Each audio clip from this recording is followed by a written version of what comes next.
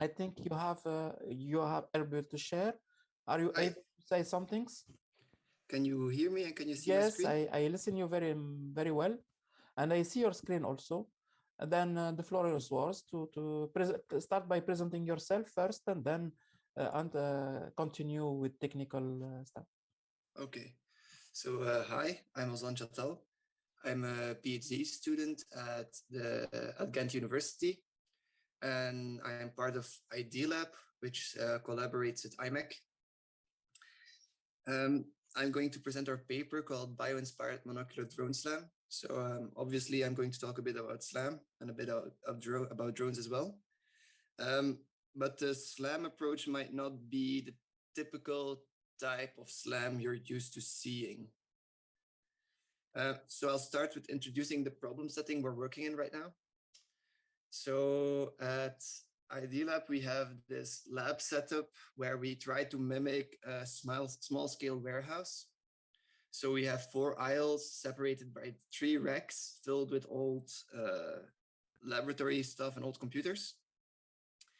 And the goal is to localize ourselves within this area. So you can see a bit of the ground plan we have already, but you can also see why this is actually a challenging area to work in. Because if you look, for example, at pictures 1 and 4, you can see that there are many spaces where there is actually 0 to no visual information. And for example, if you look at pictures 5, 3, or 6, you can see that even in the places where there is actually a lot of visual information in the images are very similar to one another for many vision algorithms, which makes it difficult to distinguish, for example, hallway 1 from 2, etc. Then on top of this, we use the same drone that you have seen already in the presentation of Ali. So it's a pretty big drone to fly inside. And this drone is also one of the reasons why we're not very successful in using the normal typical SLAM algorithms such as ORB SLAM. For one, we have pretty bad hardware odometry, which makes it very difficult to integrate, for example, the odometry signal directly from the hardware. But also, since we're inside in the middle of a very large building, we have no GPS nor any external orientation signal. We're currently using a Jetson Nano as a processing unit. So even though we have a GPU, which will help us when we're using neural networks, the CPU itself is not very powerful. So it's difficult to use these more CPU heavy SLAM algorithms. And a final issue we're having is that our drone is, due to the sensors we're carrying, very front heavy. As you can see in the next slide, we have a recording how this affects our data recording. So in this slide, you'll see on the right side a data capture we did where we collected camera, depth, and radar images, and also the action sequences we input to the drone by flying with it manually. The depth and radar images are not very relevant for the presentation I'm giving right now. It's just we also collect this for other work. But if you look at the camera feeds, now you'll see that we have a lot of motion blur, and due to the front heaviness, it's very difficult to have a stable flight. So we go up and down a lot, left and right. And also due to the way the real sense is set up, we also suddenly have color shifts, which also make it very difficult to process the video stream with a typical SLAM algorithm. So what we did is we looked at another bit older SLAM approach called RedSLAM, and we adapted it to better fit our current research and the environment we're trying to fly in.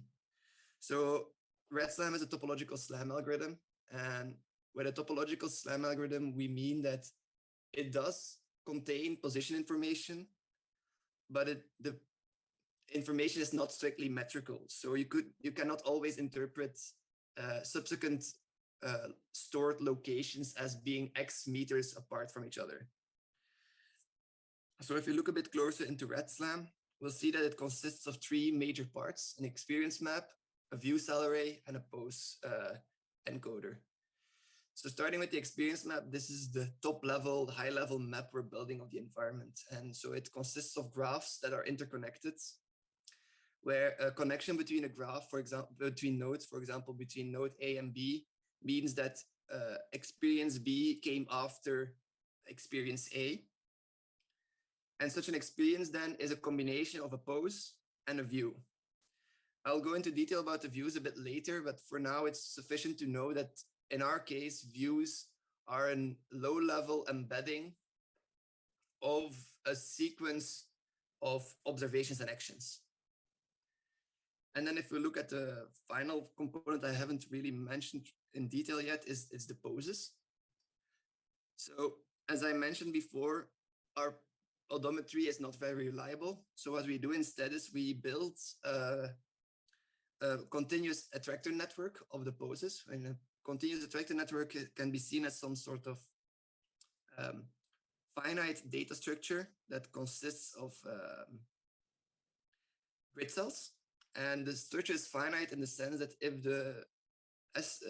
your estimation algorithm hits one of the edges, everything gets teleported to the other edge, the opposite edge. So in our case, this continuous attractor network is actually three-dimensional. So we encode in every cell, the coordinates of every cell represent the agent's XY position, as well as the orientation inside the plane. So we're currently ignoring all the altitude information or the other possible rotations your drone can be in, which already simplifies the problem a lot.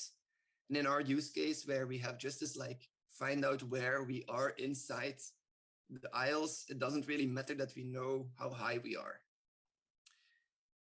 Then it's important to note that each of these grid cells inside the attractor network represents the probability of the robot or the drone being in a certain pose, so in a certain XY theta configuration.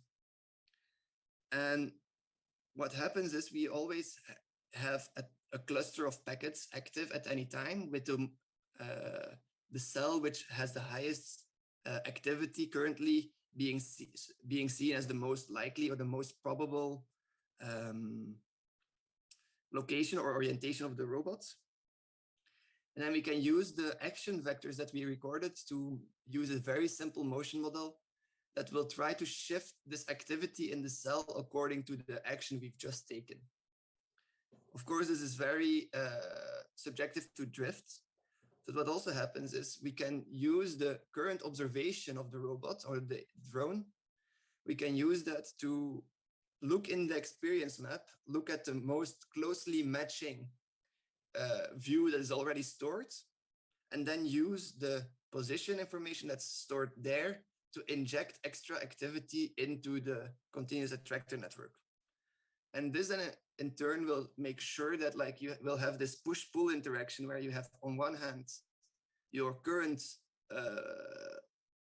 integrated or action signal saying we're going a certain way, but the observation saying we're going another way, and this will then correct itself and stabilize until it has reached a certain new maximum likelihood estimate of the pose. So then if we now look at the final aspect of the SLAM algorithm, it was the views. And this is where we can actually leverage our earlier research into generative modeling and dynamics modeling using deep neural networks.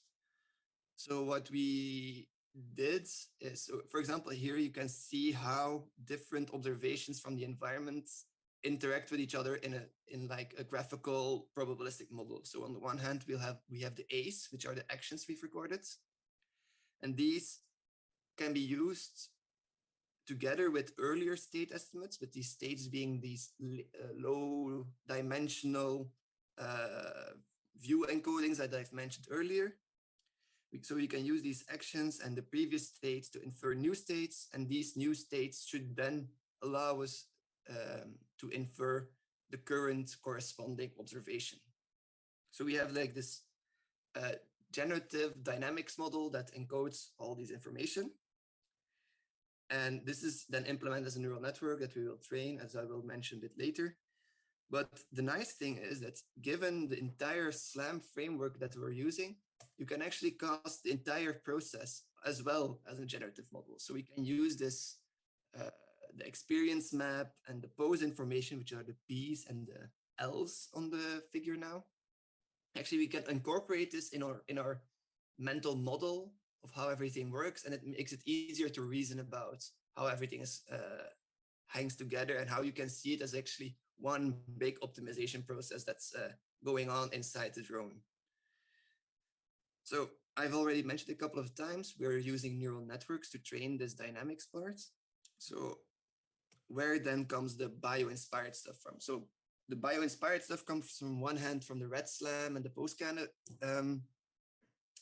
parts, but most importantly, it's the way we optimize this generative dynamics model.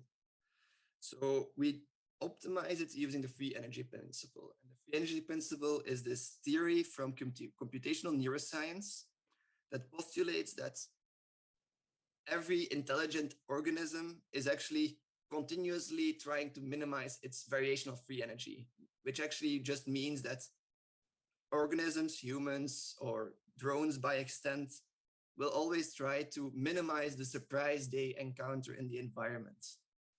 And of course, when are we surprised? We are surprised when things happen that we're not expecting them to happen. So minimizing surprise also means that we need to have some model about what will happen in the future.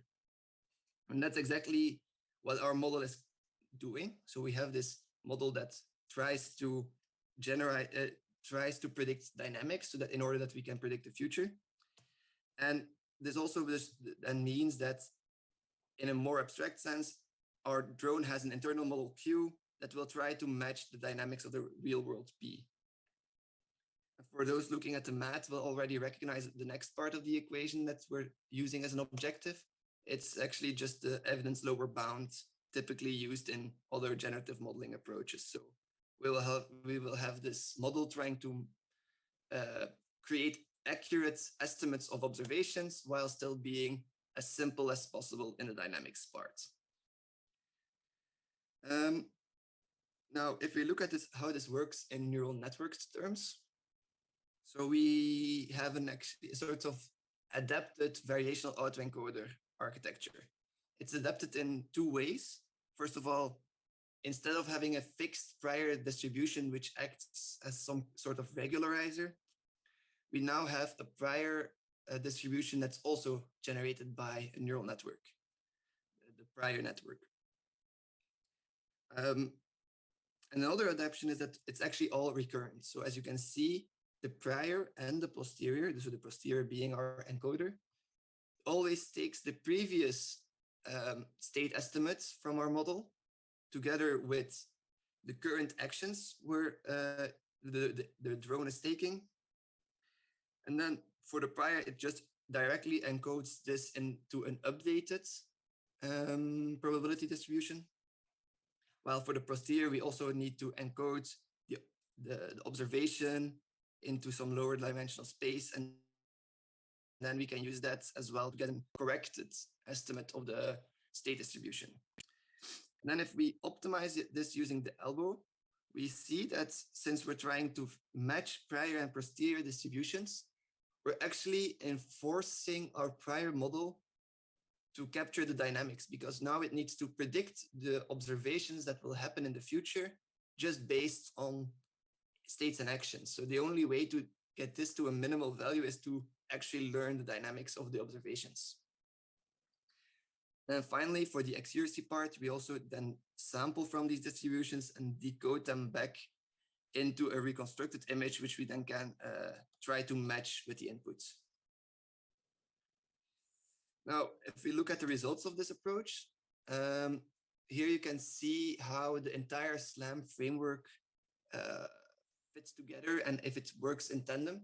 So this is an already trained model. So we pre-collected some data, trained a model on it, and then we started a new recording and try to map the world as we see it. So on the top left, you have the current camera image from the RealSense. Then a state encoding, this isn't really interpretable by humans, but it is nice to see how it changes throughout the time to still encode different things in the environment. And on the bottom row, we'll have the odometry, and there you can actually finally see what I meant with that our odometry is not very reliable. It will always teleport back to 0 after a while. And then the final thing I'm showing here is the experience map. So this is the graph, the topological graph we're building. And due to the way how the poses are embedded in it, you will see that the general shape of the trajectory actually does emerge in this map. So if we look at the movie, this is highly sped up, of course. We fly around and the odometry teleports a bit. But even when the odometry teleports, we still keep track of our actual position in the environment. So it also has a graph relaxation part, so that it tries to minimize it tries to fit the metric realities of the world as close as possible inside this topological view. And then if we compare it to RedSLAM, here we see that mostly due to the way our drone and our environment is set up, RedSLAM is not able to recover this the same shape actually. So if we look at the video, it's initializing and it will fly around and we get some tracking. But as soon as we go too far into the hallway, the oscillations of the drone, and then suddenly the lack of visual features due to the white wall and the decluttering of the racks forces RedSLAM to lose tracking. And actually, once it loses tracking, it's very difficult to regain a decent position estimate in this environment due to the high visual aliasing between the walls. So here we sometimes regain tracking, but you see it's more difficult for this algorithm, especially because we're only using visual odometry RedSLAM.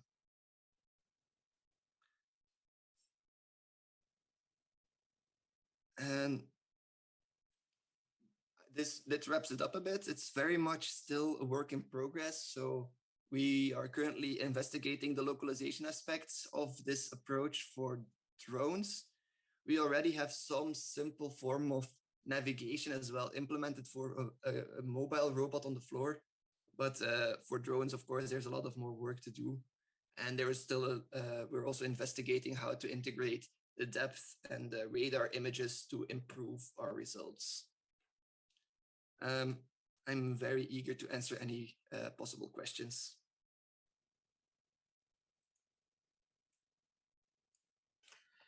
Thank you very much, Özcan.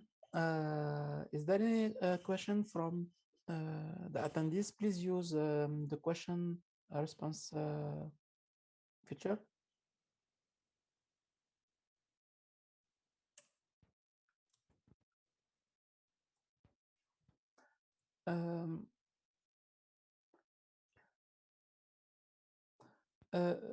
May I ask you some clarification about, in your paper you refer to RedSLAM, and it seems maybe you can provide some clarification on that.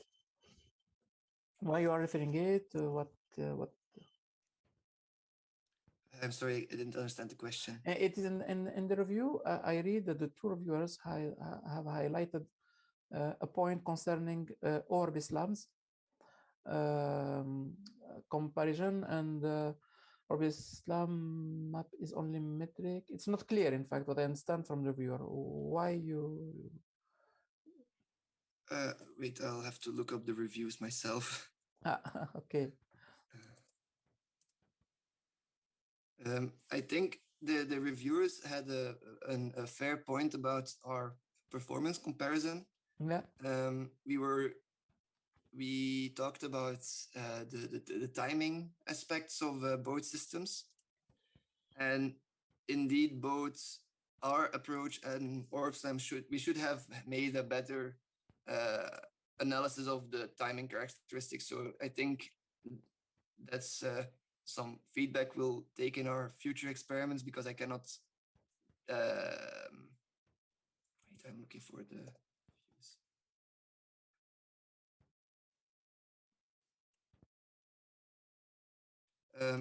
So that aspect is indeed, we need to work a bit on that.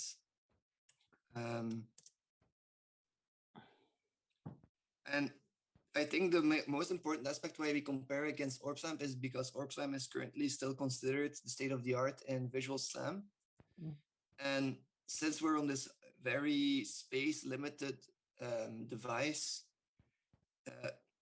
we already see that our algorithm uses less storage in the map because our embeddings are only up to 32 or 64 floats in comparison to the couple of 100 sometimes visual markers that RedSLAM uses.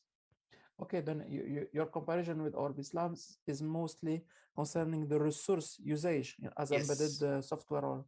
Okay, because a second remark has been why you haven't compared with other machine learning SLAM algorithms. Yeah, that's also still a thing very much on our to-do list.